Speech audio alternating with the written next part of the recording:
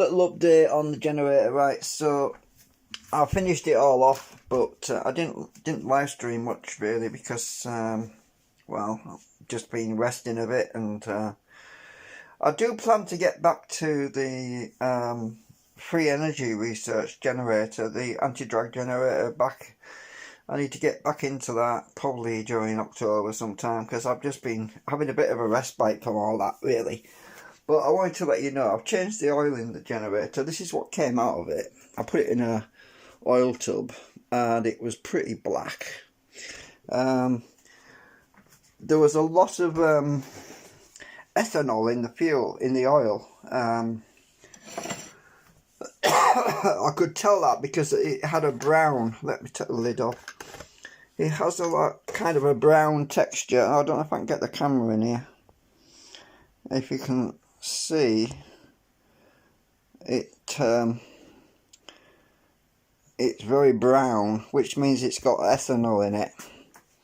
Quite a lot of obviously dirty carbon as well.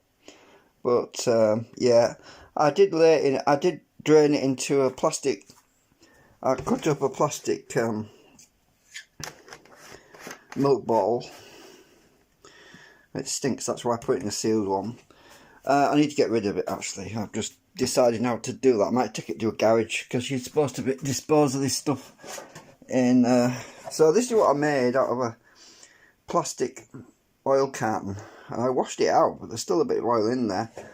But even after I washed it out, you can see the colour of the fuel is pretty nasty, because that's only a thin layer there. It was horrible brown colour. So yeah, it's definitely going to do it some good having a fresh. This is the oil I got. So that's what I put in it. It's high performance mineral engine oil, suitable for use in a wide variety of modern petrol and diesel engines. It's got additive technology apparently. Sludge control for stop go city motor. Mind you, it's for generator in it, so it's got engine protection in it. So it's pretty decent oil really. I've got it from a local shop.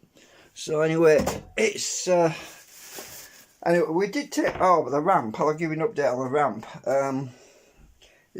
I've got it stored on its side at the moment. I'll just pull it out and show you anyway. I had to adjust it. I've got these little bits on the end now for some rubber feet. So when I line it up, the tracks that stop the wheels from falling off the edge of the wood, they were a little bit too close together at the bottom end because my string was a bit too tight. So I've moved the string so that I can get them further out, because I went and ripped part of the track off here when I stuck it back. Because good thing it's ABS, because I was able to repair it. You can probably see where it's got plastic glue there. I stuck it back because they were too close together, so the wheels were pushing against that wall and split it. But it's easy to fix. Anyway, I fixed it all. And we tested it today. We took the generator outside, and I ran it outside. I had a neighbour helping me.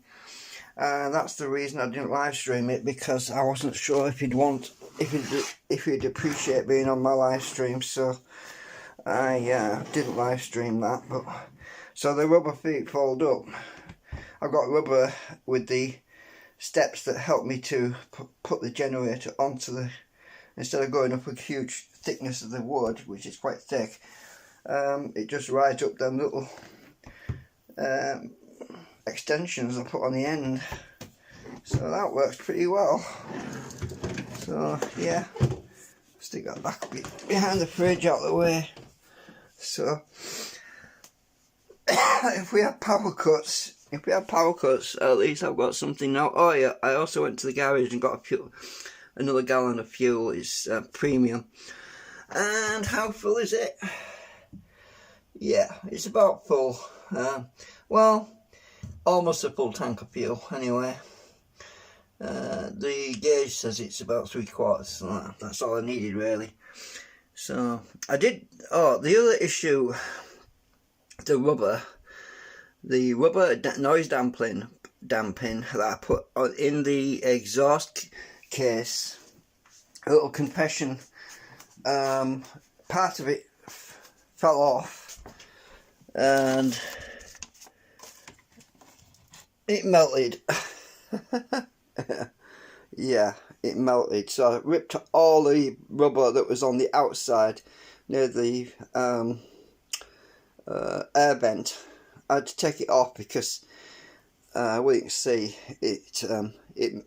Ken was right, it did melt, but that's only because it fell off the yeah, it fell off the vent and it laid up against the exhaust. That's the only reason it melted. But yeah, I've taken it off, but I haven't given up on that idea.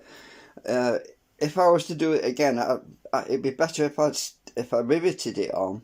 If I riveted it and draw some small holes and riveted it with pop rivets and use some steel bars across it to hold it in place, because the heat made the glue melt. It's very sticky, by the way. The heat made the glue melt, or the rubber sweated, and it just basically flopped over onto the exhaust. It wouldn't have melted if it hadn't touched the exhaust, but the heat was enough to melt the glue. So I scrapped that. Oh, see, it's sticking to my fingers. I missed that bucket. Look at that. It's all, the glue didn't stick properly either. I don't know if it's reacting with the rubber. It just won't set. The glue just will not set. It stayed sticky all the time, and that's why it wouldn't hold. But the other pieces of rubber on the vertical walls, the back of the exhaust, right, those are held in place with some magnets, so they're not going to move. They're okay. I tested it again earlier today, and it's fine. It's just the back. I don't know if I can pull it out. My fingers are sticky now. No, my fingers are sticky. I don't want to get sticky stuff all over my paintwork. I've got to put some acetone on my fingers now. Because look. Oh, it's not. It is sticking to my fingers, look. My fingers are horrible. Anyway, so I'll squirt some acetone on here, I think. I just want to clean my fingers up.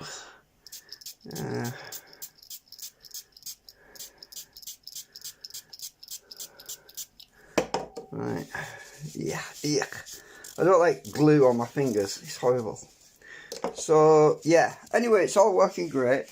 I do a bit of I run it today to circulate the new oil that I put in it, and also to bake in on the exhaust paint, which the heatproof paint.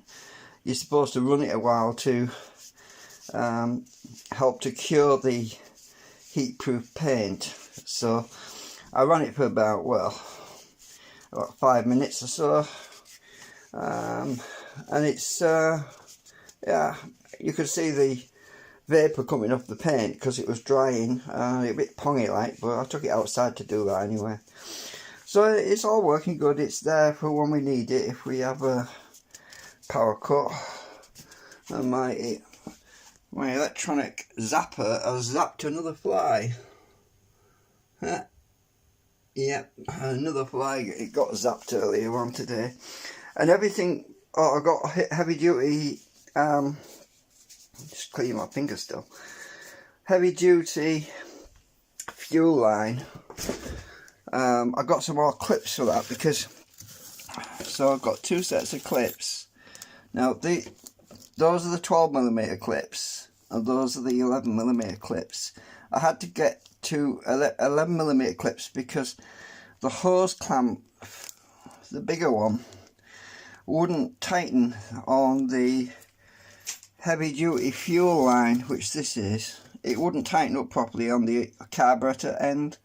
It was fine on the petrol tap end, you know, on the exhaust, on the petrol tank, but this really thick hose needed a bit more compression on it with the 11mm hose clamp, so that's why I got some more. They're only like a couple of quid, like £2 in money, so I got those and I put them on, and so we don't have any chance of the petrol pipe coming loose or anything, because they're nicely clamped on really strong now.